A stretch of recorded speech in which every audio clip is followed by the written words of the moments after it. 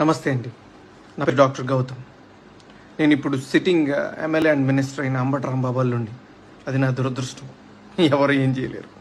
But ఈ video చేయాలా లేదా అని నేను చాలాసార్లు ఆలోచించి చేయటం నా బాధ్యత అని అనుకున్న తర్వాత నేను ఈ వీడియోస్ ఇస్తున్నాను.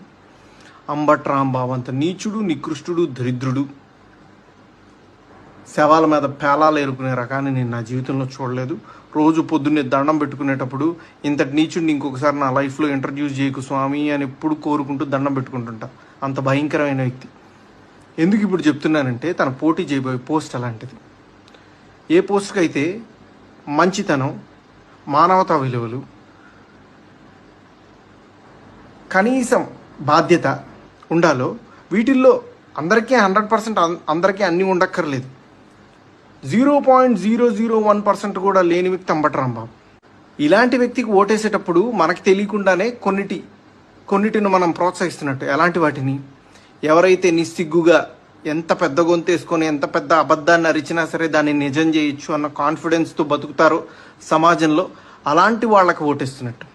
ఎంత లేకి పనైనా చేసి చాలా హుందాగా బతకచ్చు సమాజంలో అని అనుకునే వాళ్ళకి ఓటేస్తున్నట్టు.